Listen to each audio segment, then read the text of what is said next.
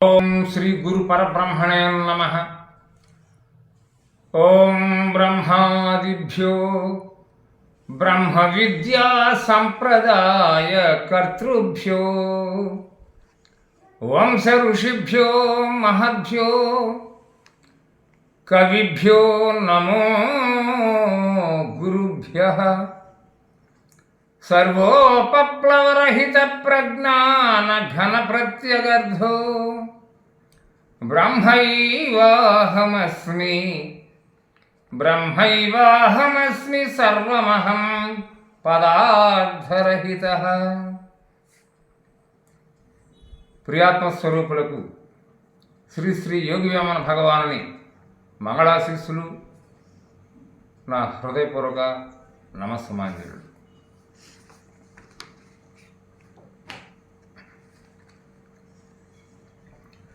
నిన్ను చూచనేని తన్నుదామరచును, తను చూచనేని నిన్ను మరచు.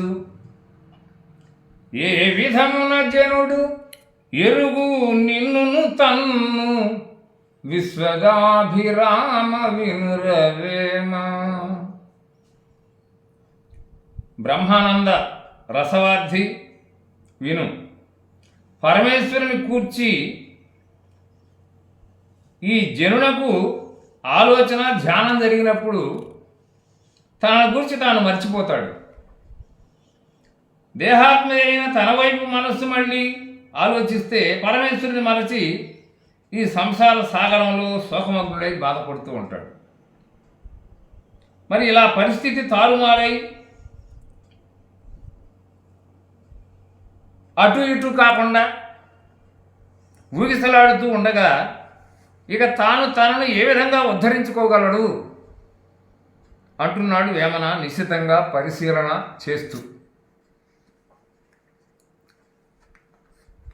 సూర్యోదయంతో ప్రొద్దున లేచింది మొదలు రాత్రి వేళ నిద్రించేంత వరకు ఈ మధ్యనున్న సమయమంతా ఏదో ఒక కర్తవ్యంతోనో సమస్యతోనో ఈ బాహ్య ప్రపంచంలోనే తన కార్యకలాపాలన్నీ సాగిస్తుంటాడు మానవుడు. వాటితోనే సతమతమవుతూ ఉంటాడు. మనసంతా వికలమై చెలిస్తూ, కొట్టుకుంటూ, తన్నుకుంటూ, అంతుపట్టక రగిలి, కొన్నింట పుగిలి, కొన్నింట కన్నీరు గారుస్తూ, కొన్నింట ఆనందిస్తూ, ఈ రెండింట ఏమాత్రం స్థిరత్వం లేక సుడిగాలి దుమారంలో గడ్డిపోచ వలె కొట్టుకొని పోతూ, గమ్యం దొరకక చచ్చి సావలేక, బ్రతుక సుఖం లేక మరి జీవిస్తుంటాడు. పంట పోయింది, ఓకే, పండలేదని ఏడ్చాడు. సరే, కాలం అనుకూలించి పంట పండింది, మరి తృప్తి లేక ఏడ్చాడు. ఎందుకు ఈ ఏడుపు తెలియదు, కారణం అర్థం కాదు. అశాంతికి గురి అవుతున్నాడు. శాంతి ఎక్కడా, సుఖం ఎక్కడా? జీవితం అంతా అవమానం. ఆలోచించే శక్తి లేక నీరసించిపోతున్నాడు, నిబ్బరం కోల్పోతున్నాడు. కడకు ఆయువునే 90% పోగొట్టుకుంటున్నాడు. ఇలా తనదైన సంసారంలో ఇంత పెద్ద ఎత్తున పోరుతున్నాడు. తను దాన్ని మరచిపోయి ఇన్ని చేస్తున్నాడు. చేయడం లేదు, ఏమీ చేయలేక నివ్వెరపోయి అర్థం కాక చూస్తున్నాడు. మరి చూడడం లేదు. వారికి ఒక్కరికే కాక ఎవరికైనా, మన అందరికీ ఈ సత్యం అంతుబట్టక అజ్ఞాన మోహంతో కూడిన ఈ పెనుభారమే విషయ సంసారమని, దుఃఖమని ఇది తెలిసి వదలగలిగిన వాడెవడో దీనిపై విరక్తి పుట్టి మనసు పరమేశ్వరుని వైపు మళ్లించి ఏమరపాటు లేకుండా సదా ఆలోచనలో మార్పు కలిగి ఆరాధిస్తూ నిశ్చలుడై తను తాను ఇంద్రియ స్పృహలేక మరచిపోతున్నాడు. ఈ కట్టకడపడిదే అన్నమాచార్యుడు కైవల్యమని చెప్తాడు. తను ఉద్ధరింపజేసి మోక్షాన్ని అందించేదే గురుమార్గం అంటాడు. ఎవరికైనా భిన్నం కాదు ఇది. అన్యథా శరణం నాస్తి త్వమేవ శరణం మమ. వేరే మార్గం లేదు, శరణాగతి తప్ప.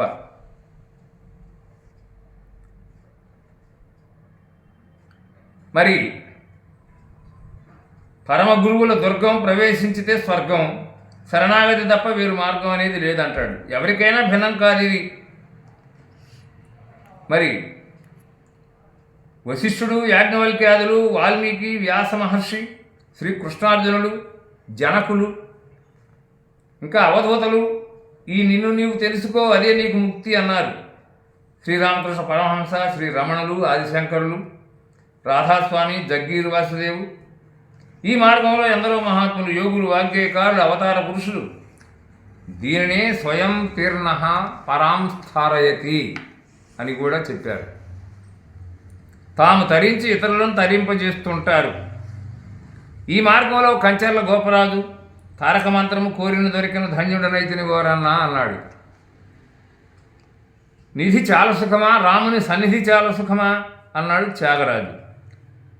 నిన్ను చూచినేని తనుదా మనసును అన్నాడు వేమన్న. నిన్ను అంటే పరబ్రహ్మం, సర్వాంతర్యామి, పరమాత్మ. ఈ శబ్దాలు సనాతన దైవానికి, వేద భగవానునకు నిర్వచన ప్రతీకలు. ప్రజ్ఞానం బ్రహ్మ, అహం బ్రహ్మాస్మి, తత్వమసి, అయమాత్మ బ్రహ్మ, సర్వం ఖల్విదం బ్రహ్మ, బ్రహ్మవిత్ బ్రహ్మైవ భవతి మొదలైనవన్నీ తనను అనగా జీవుని పరబ్రహ్మంగా గుర్తింపజేసే సూత్రాలుగా మనం భావించవచ్చు. ఇట్టి భావన పొందడమే దేహోదేవాలయ ప్రోక్త జీవో దేవ సనాతన త్యజేత్ అజ్ఞాన నిర్మాల్యం సోహంభావేన పూజయేత్ అన్నది వేదం. ఈ అజ్ఞానమనే వస్తువు మాత్రం మరొకటంటూ ఉందా? మోహాంధకారం చేత ఆత్మవస్తువునే మాయగా భ్రమిస్తున్నది లోకం అని ప్రశ్నిస్తున్నది వేదం.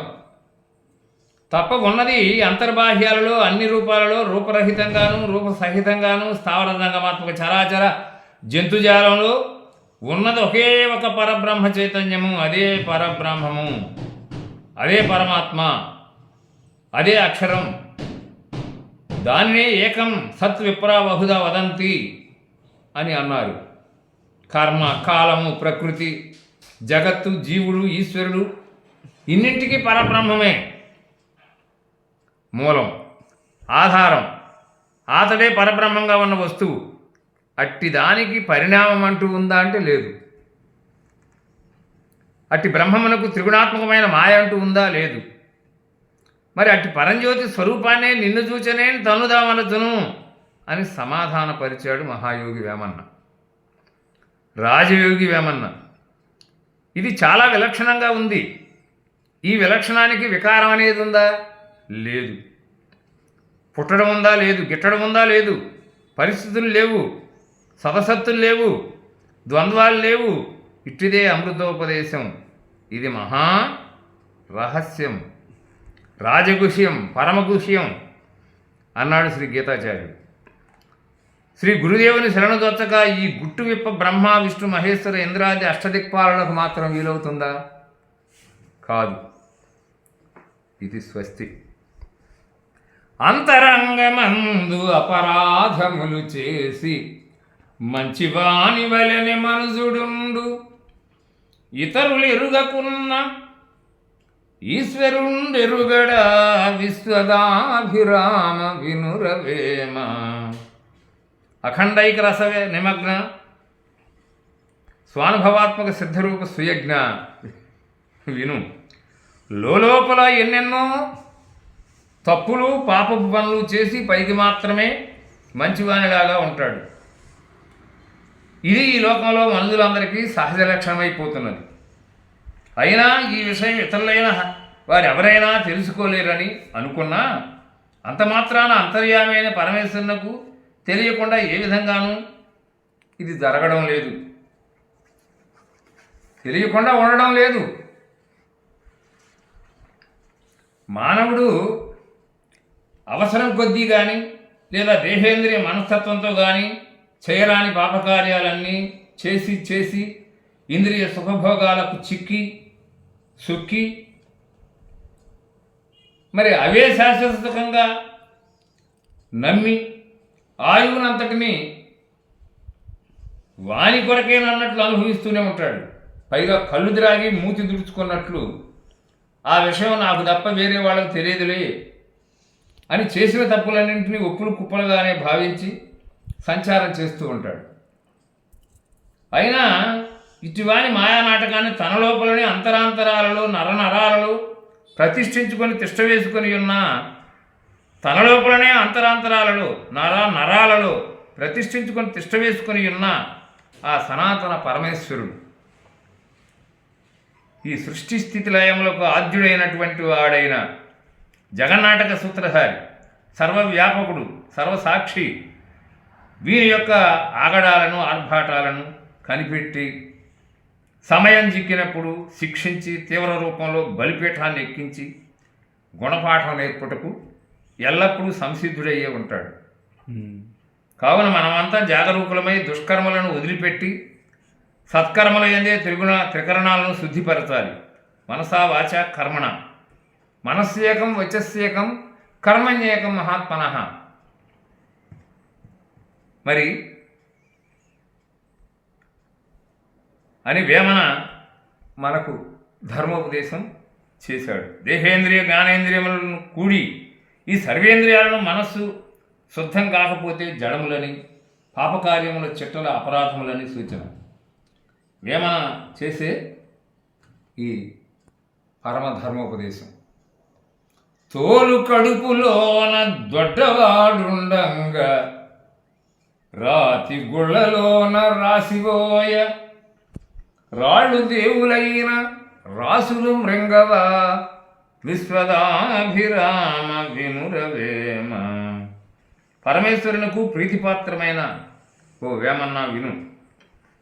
శరీరధారి అయిన తనలోనే ఈ జగన్నియామకుడు సర్వజీవకుడిని పరిపాలించే పరమేశ్వరుడు జీవరూపంగా నిండి నిబిడీకృతమై చైతన్య స్వరూపంగా ప్రాణమై ఉండగా వేరబోయి చలనం లేని రాతి గోళ్ల యందు అన్నపురాసులు పోయడం మిక్కిలి అజ్ఞానమని, రాళ్ళు సజీవములైన దేవుళ్ళు గనక అయినట్లయితే పోసిన రాసులను వరుసపెట్టి మృంగకపోతాయా అంటే గుటకాయ స్వాహ అనవా అని మందుల అజ్ఞానజనితమైన వింత వింత మోటు పనులను, మొరటు కార్యాలను లేదా మార్గాలను మిక్కిలి పరిహసిస్తూ సత్యస్ఫూర్తిని కలిగించుతున్నాడు.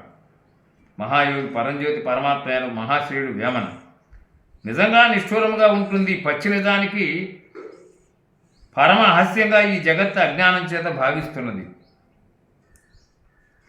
లేకపోతే శిలను ప్రతిమ చేసి చీకటింటను పెట్టి మ్రొక్కవలదు వెర్రి మూఢులారా, ఉల్లమందు బ్రహ్మముండుట తెలియుము విశ్వదాభిరామ వినురవేమ. వేమన విను రామరామ మరి ఒకచూ ఇట్లా అంటాడా అనడు. ఒక ప్రక్క అనంత చేతనానుభూతికి సంబంధించిన సర్వవ్యాపక పరమాత్మ అస్తిత్వాన్ని ఆధిపత్యాన్ని రుజువుపరుస్తూ, మరో ప్రక్క విషయ సంబంధ జగద్భావనతో కూడిన అజ్ఞానజనితమైన మంకుతనం, అంధత్వం, నాస్తికత్వాన్ని, మనశ్చంచల మూఢాచారాలను, బ్రతుకు తెరువుకై చేసే చర్యలను దుయ్యబడుతూ గేలు చేస్తున్నాడు. లేనిచో ఇట్లా అంటాడా, గట్టురాళ్ళు తెచ్చి కాళ్ళు చేతుల ద్రొక్కి కాసెవుల చేత కాసి చేసి మొరపరాళ్ళకెరగు మొప్పెలనేమందు విశ్వదాభిరామ వినురవేమ.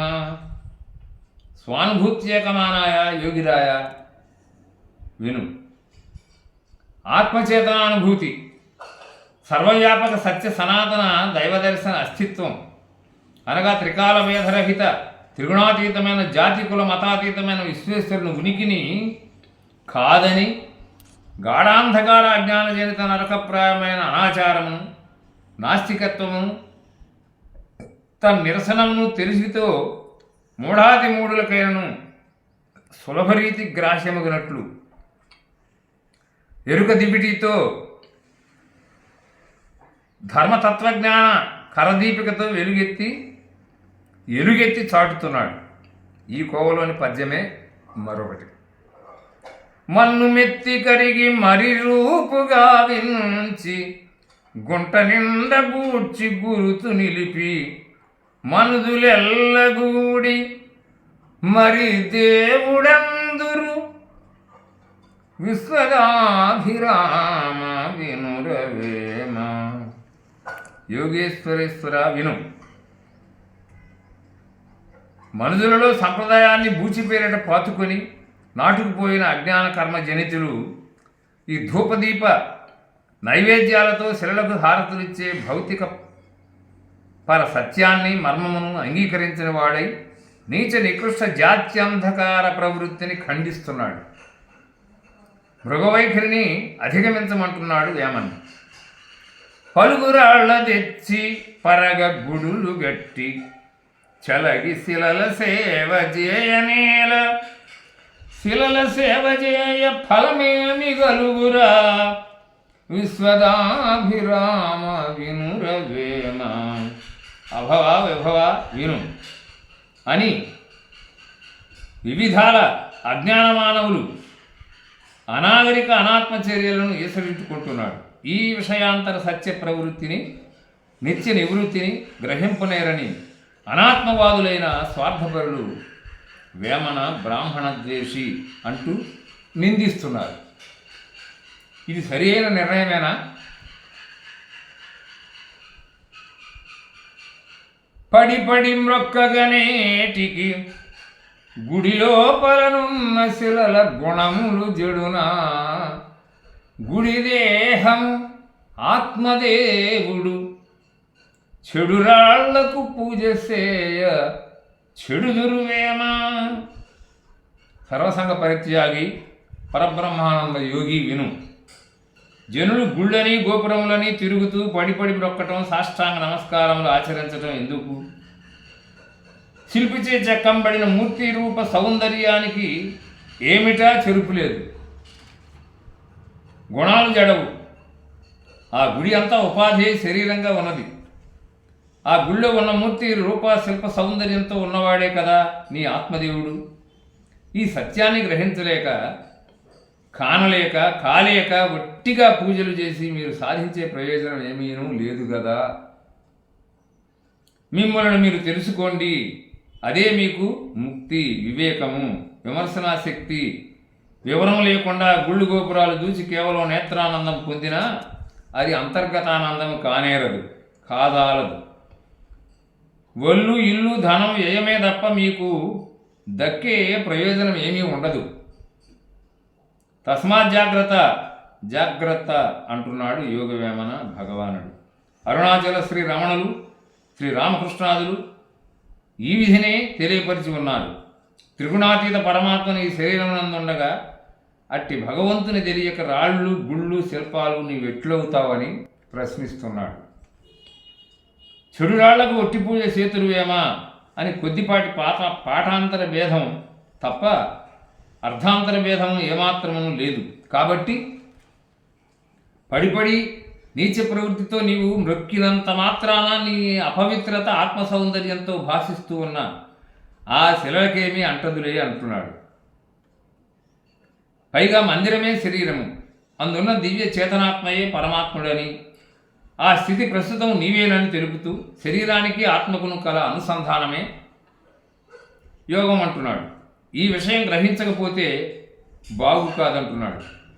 చెడురాళ్లకు ఒట్టి పూజలు ప్రయోజనం లేనివి, వ్యర్థం అంటూ ఈ బాహ్య వృత్తులను ప్రవృత్తులను నిరసిస్తూ ఉన్నాడు. గుళ్లకు మ్రొక్కడం, తీర్థయాత్రలు, ధూపదీప నైవేద్య సహిత హారతులు, తద్వారా అర్చనలు ఇవన్నీ బ్రహ్మార్పణం కానీ బ్రహ్మకు సమర్పణం కానీ కావంటున్నాడు. ఆత్మను తద్వ్యాపకమైన చేతనను చైతన్యమును లాంఛనమును సంతృప్తిపరిచే విధానము బ్రహ్మార్పణం అంటున్నాడు. కర్మకర్తృత్వ రహిత స్థితిని అనగా జీవుల సేవయే శివసేవ అంటున్నాడు. శిలల సేవ కాదు అని ఈ విషయమే భగవాన్ శ్రీకృష్ణ భగవానుడు భగవద్గీత ద్వారా అర్జునుడు సంపూర్ణంగా బోధించాడు. భగవద్గీత 4వ అధ్యాయంలో బ్రహ్మార్పణం బ్రహ్మహవి బ్రహ్మగ్నౌ బ్రహ్మణాహృతం బ్రహ్మైవ తేన గంతవ్యం బ్రహ్మకర్మ సమాధినా. యజ్ఞం ఉపయోగించు సృవాది సాధనములన్నీ బ్రహ్మమే, బ్రహ్మము గాని వస్తువే లేదంటున్నాడు. అట్లని వివేకము లేని అవివేక కార్యము పరమాత్మ సహిస్తాడా? మరి జీవలింగ పూజ చేయండి, శిల రూపాలకు సంబంధించిన చింతలను మానుకోండి, మధుగురువులు వానికి చేదేమైనా రుచి పుట్టిస్తుందా అని ప్రశ్నిస్తున్నాడు.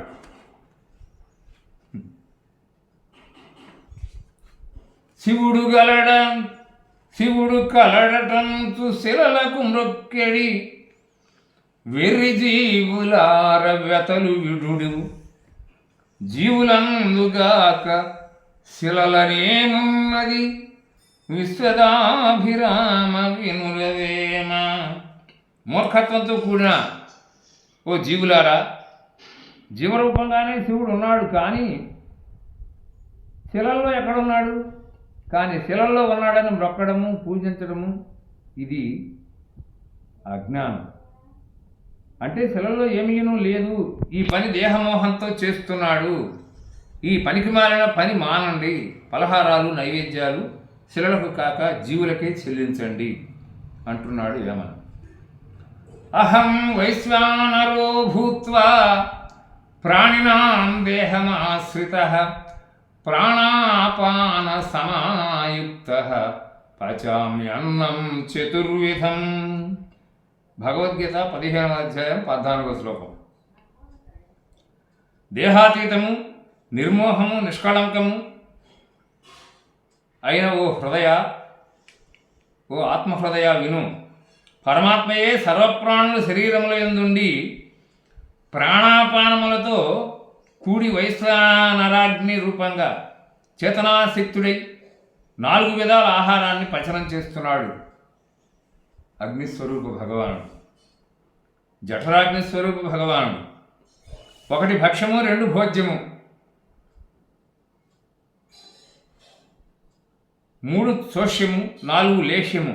అనగా నమలడం చేత, గట్టిగా కొరకడం చేత తినునటువంటి 4 రకాల ఆహారములను నేనే వైశ్వానరుండనై అగ్నిరూపంగా జీర్ణం చేస్తున్నాను.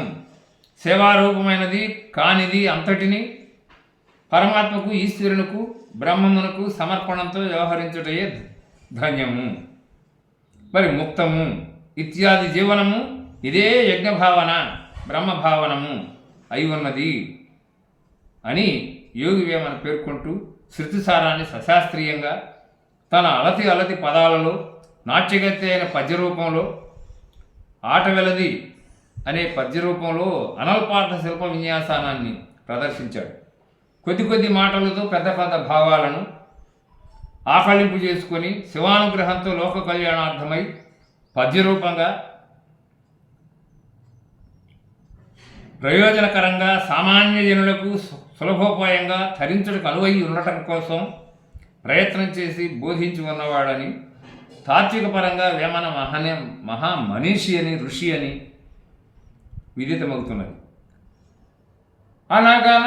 అనగనగరాగమతి శైల్లుచునుండు, తినగవే ముక్తియనుండు, సాధనమున పనులు సమకూరు త్వరలోన విశ్వదాభిరామ వినురవేమ. ఈ సమస్త విశ్వమును సృజించి పరిపోషించి తిరిగి లయింపజేయు ఈ సచ్చిదానంద పరమాత్మ స్వరూపము సర్వదా నీకు జయమంగళమగుగాక. ఆత్మయోగి వేమన మనవిని కొంచెం ఆలించుము. పాడగా రాగం అనేది మనసును రంజింపజేస్తూ ఉంటుంది. అలాగే తినగా వేపాకు చేదు తత్వం కూడా ఔషధమై వ్యాధి నివారణకు ఉపకరిస్తుంది. ఈ చెప్పిన విధంగానే చేయగా అభ్యాసం శక్తివంతమై ఎటువంటి పనులైనా ప్రయోజనకరములై ఈ లోకంలో దీపించుతూ రాణించు ఉండును. ఆధ్యాత్మిక జ్ఞాన సాధన చతుష్టయ సంపత్తి అత్యావశ్యకమని ఈ పద్యం ద్వారా సూచన చేశాడు. మాటికి పదే సంగీత జ్ఞానము, రాగములను అభ్యసించేవారు పాడగా వారికి రాగస్వర లయలు క్రమక్రమంగా లక్షణయుతంగా తెలియబడి ఆరోహణము, అవరోహణాలను సులభంగా గ్రహించగలిగి